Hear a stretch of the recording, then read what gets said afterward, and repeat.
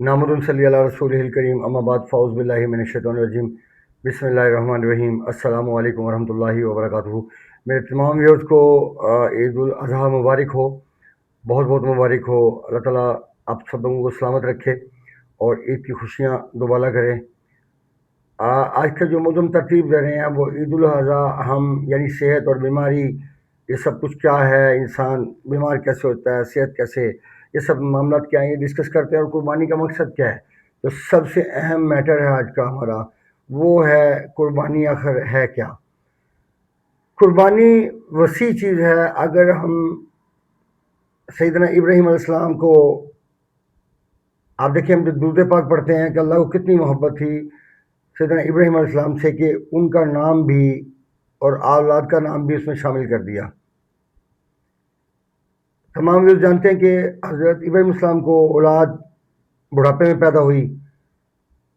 حضرت اسماعیل علیہ السلام، یہاں سے اصل کھیل کا آغاز ہوتا ہے کہ حضرت اسماعیل علیہ السلام پیدا ہوئے جب وہ 13 سال کے ہوئے تو اللہ نے مسلسل ان کو، مسلسل تو نہیں کہہ سکتے، صرف ایک ہی مرتبہ، کہ وہ خلیل اللہ تھے، اللہ کے دوست تھے، تو اللہ کے دوست تو مسلسل تنبیہ کرنے پہ کام نہیں کرتے، وہ تو ایک اشارے کے منتظر ہوتے ہیں۔ اب سیدنا ابراہیم علیہ السلام اور اسماعیل علیہ السلام، اب دونوں کا ذرا ایک جائزہ لیں کہ ادھر آرڈر دیا جا رہا ہے، ادھر وہ اپنے بیٹے سے کہہ رہے ہیں کہ اللہ کا یہ حکم ہے، اور بیٹا کہہ رہا ہے کہ بابا جان آپ حکم کی تکمیل کیجئے۔ آج ہم موت سے خوف زدہ ہیں، ہمیں زندگی سے پیار ہے، ہم جہاد نہیں کرنا چاہتے، ہم لڑنا نہیں چاہتے۔ اب جو قوم اپنے ملک کے لیے نہیں لڑ سکتی، اس کی آزادی کے لیے، اس کے لیے جد و جہد نہیں کر سکتی، تو وہ قربانی کے مقصد کو کیا سمجھے گی۔ انتہائی معذرت کے ساتھ بڑی تکلیف سے مجھے یہ بات کرنا پڑ رہی ہے، لیکن حقائق یہی ہیں بدقسمتی کے ساتھ۔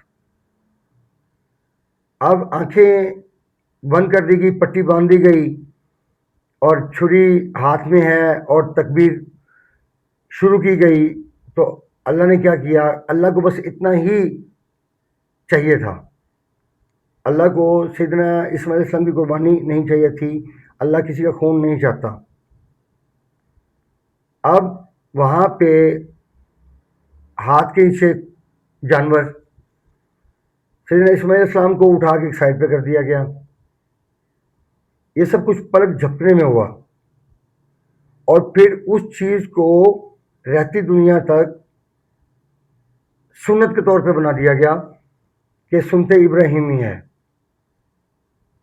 اللہ نے اپنے دوست کا نام بلند کر دیا قیامت تک کے لیے۔ کیوں؟ بڑے محبوب تھے، قربانیاں بہت دیں۔ ان کا دوسرا اور تیسرا واقعہ بھی کوٹ نہ کروں تو مزہ نہیں آئے گا، آپ کو سمجھنے کا موقع نہیں ملے گا۔ بات اتنی سی نہیں ہے۔ جب اللہ پاک نے فرشتوں سے کہا، تعریف کی حضرت ابراہیم السلام کی، تو فرشتے کہنے لگے کہ اللہ اگر تو یہ کسی کو بھی دیتا اتنا مال و اسباب، اتنا سب کچھ دنیا کے اندر، تو وہ تیری نام کی مالا جپتا، وہ تیرا ذکر کرتا۔ اللہ نے کہا بات اتنی سی نہیں ہے، تم امتحان لے لو جا کے۔ یہاں پہ جب فرشتہ انسانی شکل میں نیچے آتا ہے تو وہ اللہ کا ذکر شروع کرتا ہے۔ ظاہر سی بات ہے کہ جو حضرت ابراہیم السلام تھے وہ اللہ کے دوست تھے، فرشتوں کے پاس تو اتنی عقل ہے، اتنا شعور ہے جتنا ان کو دیا گیا، وصیت کیا گیا۔ اب یہاں پہ ایک چیز کو سمجھ لیں کہ قربانی کا اصل مقصد اپنے نفس کی قربانی ہے، یعنی اللہ کے حکم کو مقدم سمجھنا اور اپنے آپ کو نیچا دکھانا کہ میں تیرے حکم کے تابع ہوں۔ اصل کھیل یہ ہے۔ اب اس کے بعد جب فرشتے نے ذکر شروع کیا تو سیدنا ابراہیم علیہ السلام بہت خوش ہوئے۔ تھوڑے دیر ذکر کرنے کے بعد فرشتہ خاموش ہو گیا، انسانی شکل میں آیا تھا، تو سیدنا ابراہیم السلام بے چین ہو گئے. انہوں نے کہا کہ تو ذکر کیوں نہیں سناتا؟ تو اس نے کہا پہلے تو میں اپنی مرضی سے سنا رہا تھا، اب اس کے بدلے کچھ دینا پڑے گا تمہیں. اس نے کہا حکم کرو کیا چاہیے؟ اس نے کہا کہ بکریوں کا ریوڑ میرا ہوا. اللہ تعالیٰ کبھی بیشی معاف فرمائے، کچھ چیزیں اوپر نیچے ہو رہی ہیں کیسے کہ جیسے ریوڑ مختلف قسم کے ریوڑ تھے، اونٹ، گائے، بھینس، اس کے بعد سارا کچھ بکری شکری ہر چیز موجود تھا، کافی سارا مال ثواب تھا اللہ نے دیا ہوا تھا. تو بکری کو ریوڑ دے دیا، وہ آہستہ آہستہ کرتے وہ تمام مال و ثواب دے دیا. اب فرشتہ جب آخری چیز بھی چلی گئی تو خاموش ہو گیا ذکر کر کے. تو انہوں نے کہا ذکر کیوں نہیں کرتا؟ انہوں نے کہا کہ اب تو تیرے پاس کچھ بھی نہیں ہے دینے کے لیے، تو اب تو کیا دے گا؟ اب میں کس بات پہ ذکر کروں، کیا سناؤں، کس طرح سناؤں تجھے؟ تو انہوں نے کہا کہ تجھے یہ جو سب کچھ تیرا ہے، اب یہ تجھے چرانے کے لیے کوئی ملازم چاہیے کہ نہیں چاہیے، ورکر چاہیے؟ میں تیرا مال بھی چراؤں گا، بس تو مجھے اللہ کا نام سناتے رہنا، اللہ کا ذکر سناتے رہنا. یہ ہے اصل جو ہے نا لیول، وہ یہ ہے مزیدار کہ اللہ سے محبت کا لیول انسان کا یہی ہونا چاہیے. لیکن بدقسمتی کے ساتھ ہم لوگ دنیا کی نمود و نمائش کے پیچھے بھاگتے ہیں اور ہم ذل و رسوا ہو جاتے ہیں، لیکن ہم دنیا نہیں چھوڑتے. اب تیسری وہ چیز، جب نمرود نے حضرت ابراہیم علیہ السلام کو ایک دیکھتے الاؤ کے اندر پھینکا، ایک جھولے کے اندر بٹھا کے. اب یہاں پہ پھر ایک چیز دیکھیے کہ فرشتہ کہہ رہا ہے کہ سیدنا ابراہیم علیہ السلام سے کہ آپ حکم کریں تو میں کچھ کروں. تو انہوں نے کہا کہ کیا یہ اللہ نے کہا ہے، اللہ نے بھیجا آپ کو؟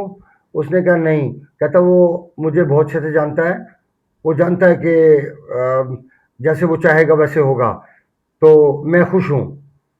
آگ میں پھینکا جاتا ہے تو ادھر اللہ کیا کہتا ہے کہ آگ کو گلزار بن جا میرے حبیب کے لیے، میرے دوست کے لیے، ہاں میرے دوست کے لیے گلزار بن جا. تو وہ جنت گلزار بن گئی، مطلب ٹھنڈی ہو گئی، اس نے نقصان نہیں پہنچایا. حالانکہ وہ اتنا بڑا الاؤ تھا کہ آسمان کو ہاتھ لگاتا تھا اور آس پاس کوئی چیز نہیں گزر سکتی تھی، کوئی پرندہ، کوئی چیز. اتنا خطرناک قسم کا الاؤ تھا، لیکن حیرت انگیز طور پہ ایک انسان اس میں سے زندہ واپس نکلتا ہے. تو یہ عنایت انعامات کی انتہا ہے. کیوں؟ وہ تمام چیزوں پہ پورے اترے. اب یہاں پہ میں ایک بات کرنا چاہوں گا. میں نے بہت ٹائم پہلے اپنی والدہ سے کہا کہ آپ مجھے اللہ کے راستے میں دے دیجئے اور چھوڑ دیجئے مجھے، مجھے معاف کر دیں، میرے تمام حقوق جو آپ کے میرے ذمہ ہیں تو مجھے آزاد کر دیجئے. تو ماں نے مجھے آزاد نہیں کیا. قربان کرنا تو بہت دور کی بات ہے. مجھے انہوں نے یہ نہیں کہا، انہوں نے اجازت نہیں دی. خیر وہ ان کی مرضی تھی، اللہ کی مرضی تھی. اللہ جو فیصلہ کرتا ہے وہ بہتر کرتا ہے. مجھے نہیں پتا کہ اس کے فیصلوں کے اندر کیا کیا راز پوشیدہ ہیں. وہ کہتا ہے حکمت تلاش کرو، حکمت تلاش کرو تم.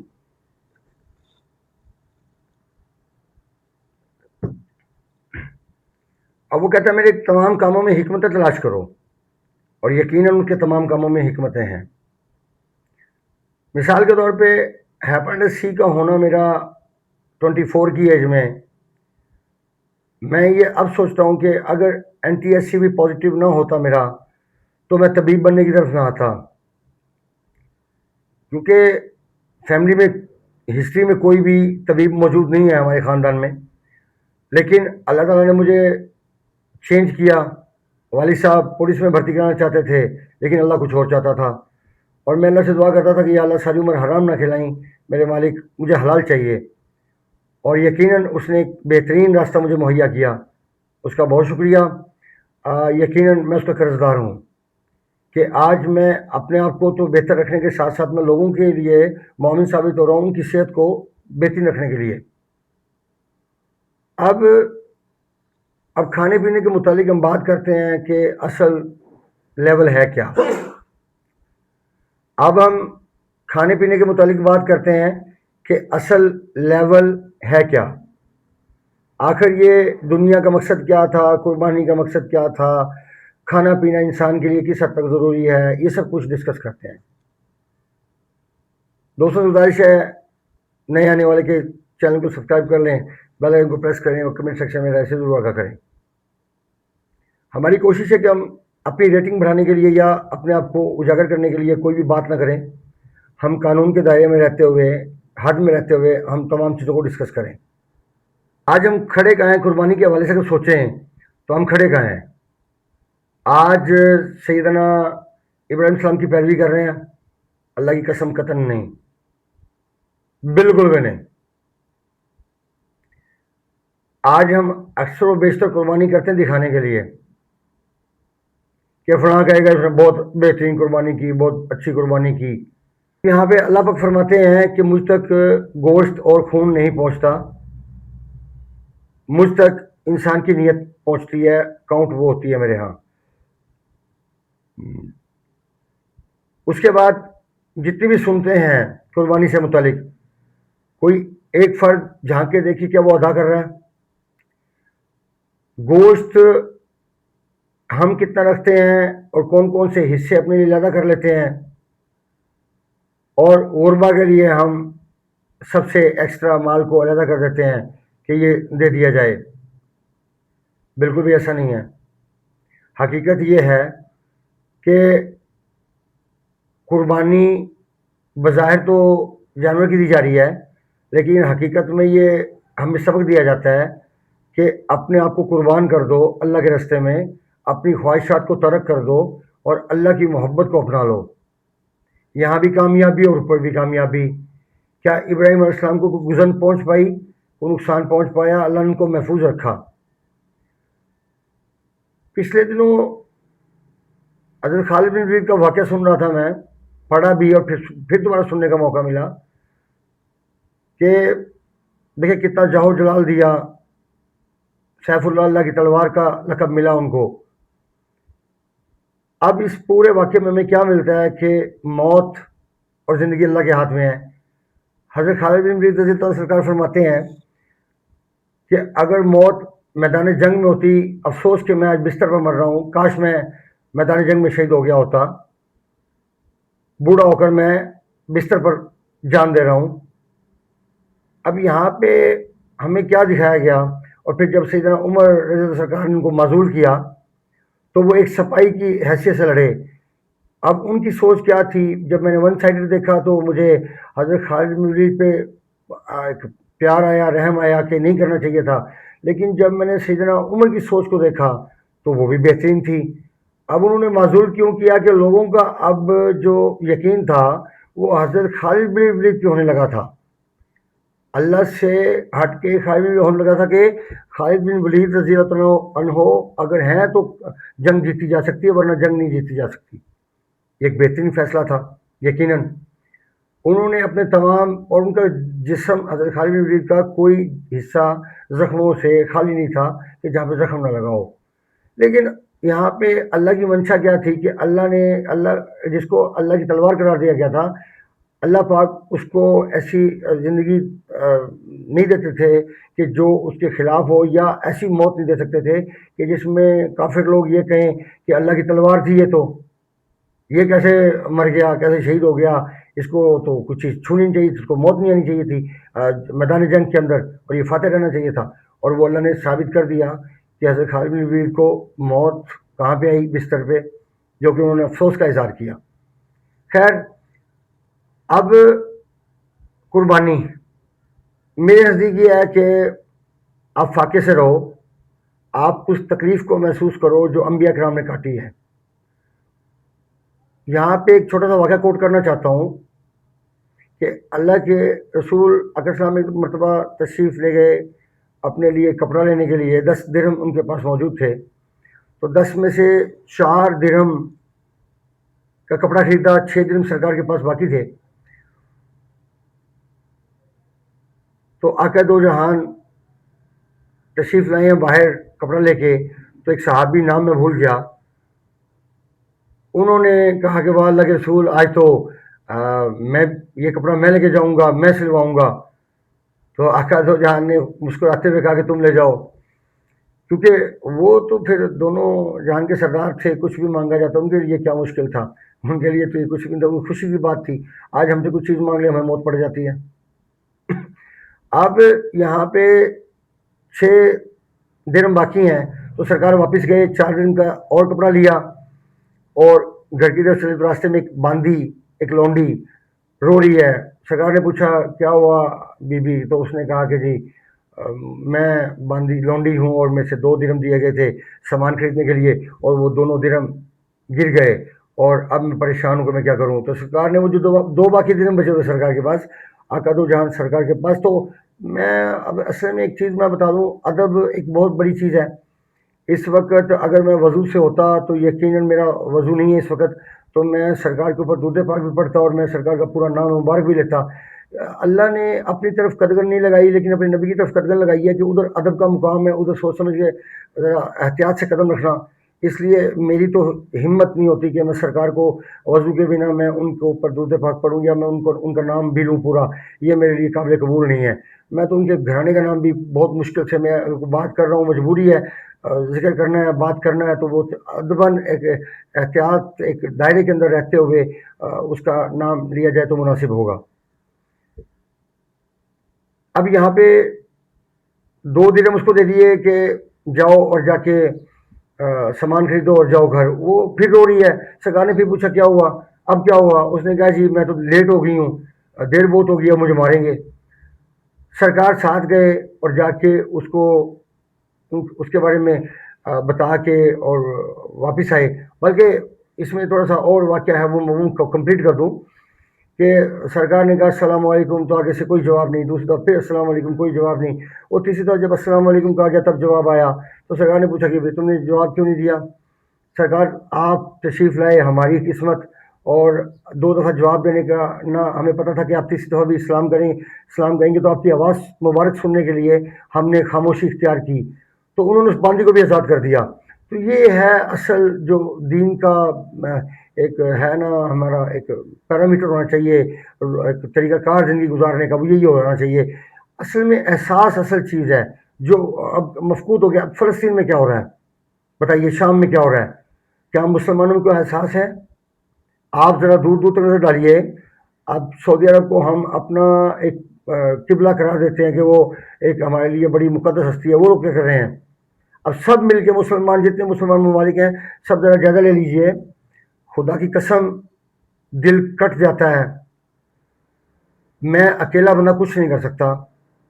کاش میرے رب نے مجھے اتنی پاوریں دی ہوتی کہ میں کچھ کر سکتا، تو یقیناً میں 1 منٹ میں کایا پلٹ دیتا. لیکن قیامت قریب ہے، برحق ہے، وہ آنی ہے. اس دنیا کے پاس ٹائم کم ہے، وہ قریب آ چکی ہے، اور یہ سب کچھ ہونا ہے. اگر یہ نہ ہو تو قیامت کیسے قائم ہوگی؟ خیر، یہاں پہ قربانی کا مقصد ہے اپنے نفس کی قربانی دینا. یعنی پیسہ ہمیں بہت پیارا ہوتا ہے، وہ نکالو جیب میں سے اور اللہ کے راستے میں قربان کرو. اب وہ جو گوشت ہے وہ آپ بھی استعمال کر سکتے ہو، لیکن ایک حد تک. باقی سارے کا سارا گوشت آپ کو تقسیم کرنا ہے. یہاں نفس آپ کو اس بات کے اوپر اکسائے گا کہ آپ زیادہ رکھو، لیکن آپ کو اس کی خلاف ورزی کرنا ہے اور آپ کو اس کو بالکل ڈیمیج کر دینا ہے، اس سوچ کو کہ جو اللہ سے دور کر رہی ہے. یقین کریں جو کھلانے میں مزہ آتا ہے نا، جو تقسیم کرنے میں مزہ آتا ہے، اللہ کی قسم وہ مزہ کھانے میں نہیں ہے، خود کھانے میں نہیں ہے. اور قربانی کا مقصد بھی یہی ہے. اچھا، اب ہم آتے ہیں بات کو مقصد ختم کرتے ہیں اس کو ویڈیو کو، کہ کھانے کے متعلق ایک بات جان لیں کہ آپ کٹا کھا رہے ہیں، آپ بکرا کھا رہے ہیں، آپ گائے کی قربانی کر رہے ہیں، آپ چھترے کی قربانی کر رہے ہیں، آپ کوئی بھی اس فارم میں کوئی بھی جانور ہے، اونٹ کی قربانی کر رہے ہیں. آپ کسی بھی لیول پر ٹماٹر اور لہسن کا استعمال نہیں کر سکتے. ٹماٹر اور لہسن کا استعمال تمام کھانوں کو پوائزن بنا دیتا ہے. یہاں پہ اکثر لوگ بیوقوفی کا مظاہرہ کرتے ہیں کہ جی لہسن سے تو خون پتلا ہوتا ہے. مطلب یہ کیا بکواس ہے کہ آپ یہود و نصارہ کی پیروی کر کے جو وہ خود نہیں استعمال کرتے، آپ جائیں جا کے یورپین کنٹری میں دیکھیں یہود و نصارہ کتنا ٹماٹر اور لہسن استعمال کرتے ہیں.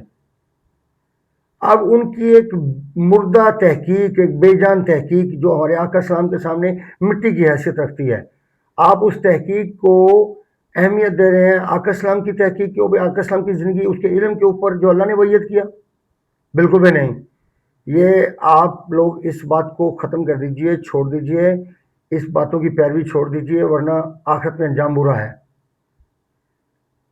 آپ اپنے چسکے کے طور پہ آپ ٹماٹر یوز کرتے ہیں کہ ٹماٹر کے بنا مزہ نہیں آتا۔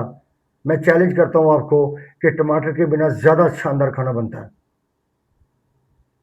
نہ دہی کا استعمال، نہ ٹماٹر کا استعمال، نہ لہسن کا استعمال، یہ تینوں چیزیں ہی پوائزن بنائیں گی کھانے کو۔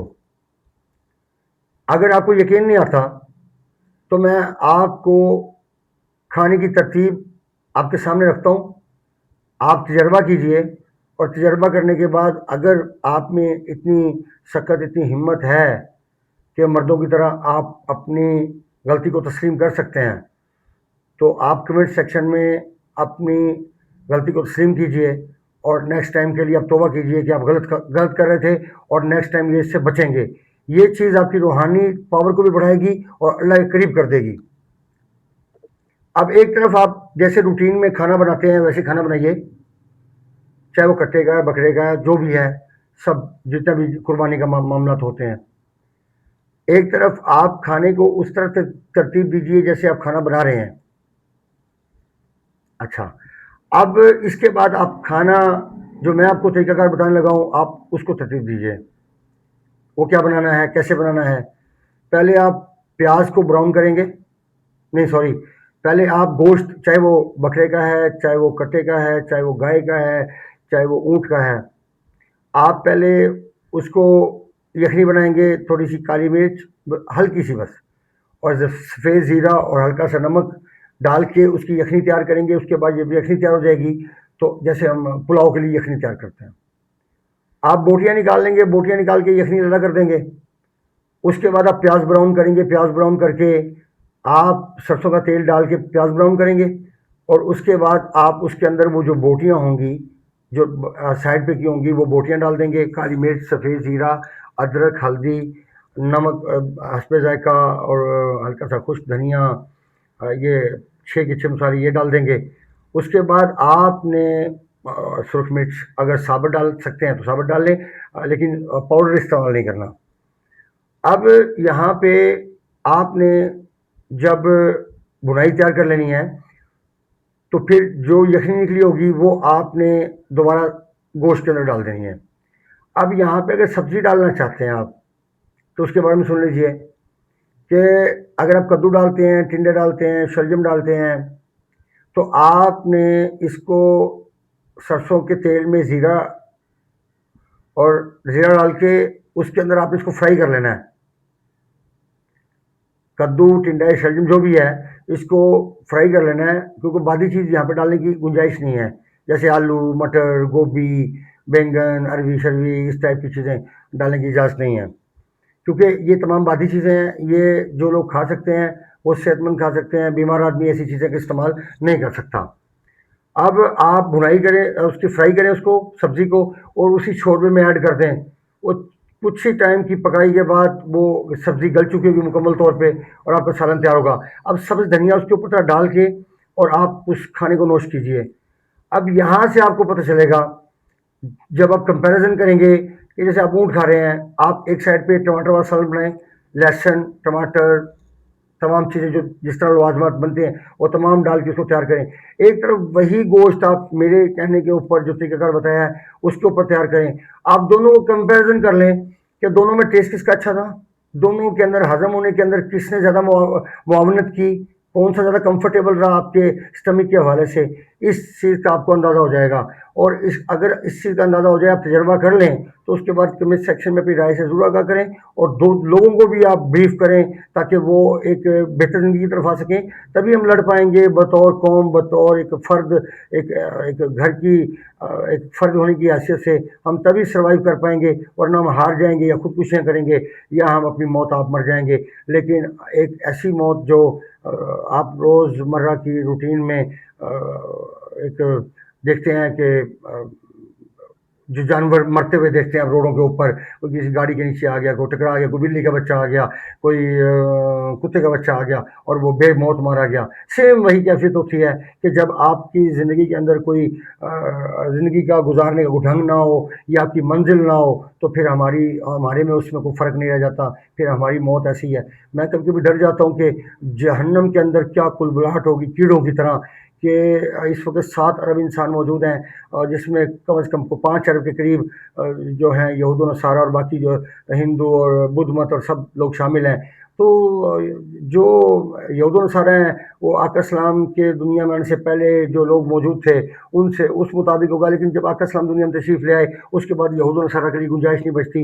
ان سب لوگوں کو ٹھکائی ہوگی، ان سب لوگوں کو جوتے پڑیں گے، کیونکہ معافی نہیں ہے. آقا اسلام آخری نبی تشریف لے آئے اور دین مکمل کر دیا گیا، اور جنہوں نے ان کو تسلیم نہیں کیا پھر ان کی کوئی حیثیت نہیں رہی. تو یہ آج کی ویڈیو تھی ہماری قربانی کے حوالے سے. کوشش کی کہ ہم تفصیل سے اس کا ڈسکس کریں کہ قربانی کا اصل مقصد کیا ہے. اس میں بے شک شفا ہے گوشت میں، لیکن آپ کو جو طریقہ کار ہے آقا اسلام کا، یا جو صحت کے حساب سے جو ہمارے لیے بہترین ہے، آج ہم آقا اسلام کو کوٹ کرنے کی بجائے ہم سائنس کو کوٹ کرتے ہیں. یہ ہمارے لیے لمحہ فکریہ ہے. اپنے دوست صاحب کا خیال رکھیں. ملتے ہیں انشاءاللہ مزید انفارمیٹیو ویڈیو کے ساتھ. وَمَا عَلَيْنَا إِلَّا الْبَلَاغُ الْمُبِينُ. السلام علیکم ورحمۃ اللہ وبرکاتہ.